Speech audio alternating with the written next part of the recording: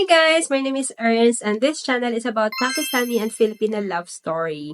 So for today's video is tips on how to avoid offloading from the Philippines if you want to travel to Pakistan from the Philippines. Before ka pa mag-travel, you have to secure a visa. So ang visa process is an online process. You can get your e-visa, electronic visa via the NADRA site. Yung mga requirements are basic lang din naman if you want to be a tourist sa Pakistan from the Philippines.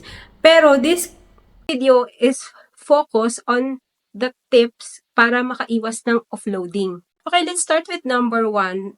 You have to ensure that all documents that you submitted when you apply the Pakistan visa is complete and you have the originals with you. Dapat walang photocopy. Kung kailangan mo mag-provide ng another set ng photocopies, it's better. At least you can keep a copy in case nakuhain ng mga immigration officer yung original copy mo ng mga documents. So, ano yung mga documents na kailangan mo? You have to check na kung ano yung nandun sa visa application mo, yun din yung dala-dala mo. Yun ang pinaka number 1 na importante. Para kahit na tanungin ka niya ng paulit-ulit or paikot-ikot, masagot mo siya and make sure na, yun nga, yung documents are ready. Number 2, you have to make sure na lahat ng itatanong ng officer sa'yo, masasagot mo as per the documents you provided. Walang bawas, walang dagdag. Kung ano yung nandun sa documents mo, you have to answer it correctly. Kaya naman nagkakaroon ng mga doubts ang officer dahil nga, kunwari, tinanong ka, saan ka titira sa Pakistan? You answer yung, titira ako sa boyfriend ko. Pero, meron kang hotel booking na mention mo sa visa application mo na sa hotel ka mag-stay. That is a lie na. So, red flag na yun sa officer to lead you to more questions. So, you have to avoid that scenario. So, pag tinanong ka niya, so mag-decide ka na saan ka ba talaga titira. So, mag-stay ka sa hotel or mag-stay ka sa boyfriend mo. Kung mag-stay ka sa boyfriend mo, better mention it on your invitation letter na ibibigay ng boyfriend mo sa'yo. Para doon na sa invitation letter naka-specify kung saang address ang bahay or saan ka titira sa Pakistan. Kasi yun lang naman ang kailangan nila malaman eh. Kung saan ka titira sa Pakistan. And then, ano yung relationship mo? Saan nag-invite? Very important. I know you're a bit hesitant to tell the truth. Pero in this case kasi, medyo mahirap na kasing lumusot sa immigration natin. Especially, yun nga, hindi lang naman yung mga nagta-travel to Pakistan ang hindi nakakalusot eh. Marami na ring mga traveler na hindi talaga nakakalusot. Unfortunately, you have to be honest na. Kung talagang, kunwari, 3 years, 4 years, 5 years na kayo hindi nagkikita or hindi pa nagkikita ng boyfriend mo, much better na ikwento mo na lang siguro sa officer, malay mo, maawa pa sa'yo or touch pa sa love story mo, diba? We never know. It's a risk. Booking a ticket that costs you how much? It's money matter. Frustrations na ma-face mo kapag na-offload ka, it's another emotional investment, di ba? So, might as well, siguro maging honest ka na lang. I cannot say na sabihin mong friend lang kasi magiging doubtful na ang immigration officer sa'yo eh. So, I think for me, you just have to be honest. Before ka pa magpunta, actually, dapat ito yung number 1 advice ko pala. So, number 3 is, before ka pa magpunta doon, dapat make sure mo na that person is trustworthy. Yung dapat alam mo na pagdating mo doon, may magsusundo sa'yo, hindi ka iiwan or hindi ka ghosting. Kasi, di ba, medyo nakakatakot yun kung hindi mo alam ang lugar, tapos walang magsusundo sa'yo. That's very scary for you as a female traveler. Naman ko sinasabi na magulong-magulo sa Pakistan or sabihin natin na may mga lalaki na nang hahablot, nang haharas ng babae. Hindi naman, wala namang ganon. Siyempre, precautions pa rin yun na kailangan mong mag-ingat. Hindi naman porket sinabi ko na wala akong experience ng ganon. Eh kasi asawa ko eh, nandun naman siya lagi for me.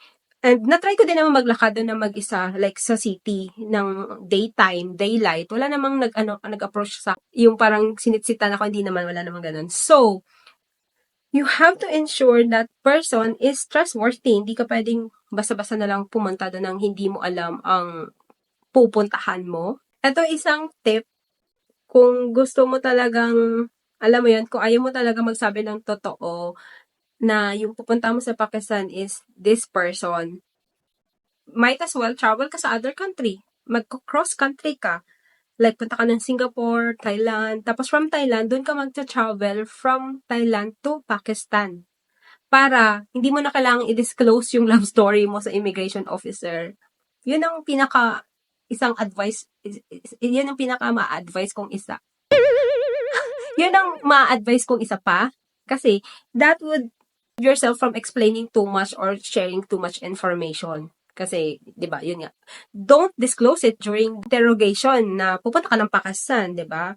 Tapos, please, ladies, kung pupunta kayo ng Pakistan for the first time, huwag kayong magpapakasal agad-agad. Kasi you never know kung ano yung buhay na madadatnan nyo doon. Oo, sinabi ni partner mo na ganito, parang, I will provide everything, lahat, ibibigay ko sa'yo, mabuti siya sa'yo sa online or sa camera, but you don't really know, you will not know the person unless you get to spend time with that person. So, I am trying to empower or encourage you that don't kahit na mahal mo pa yung tao, you have to think as well.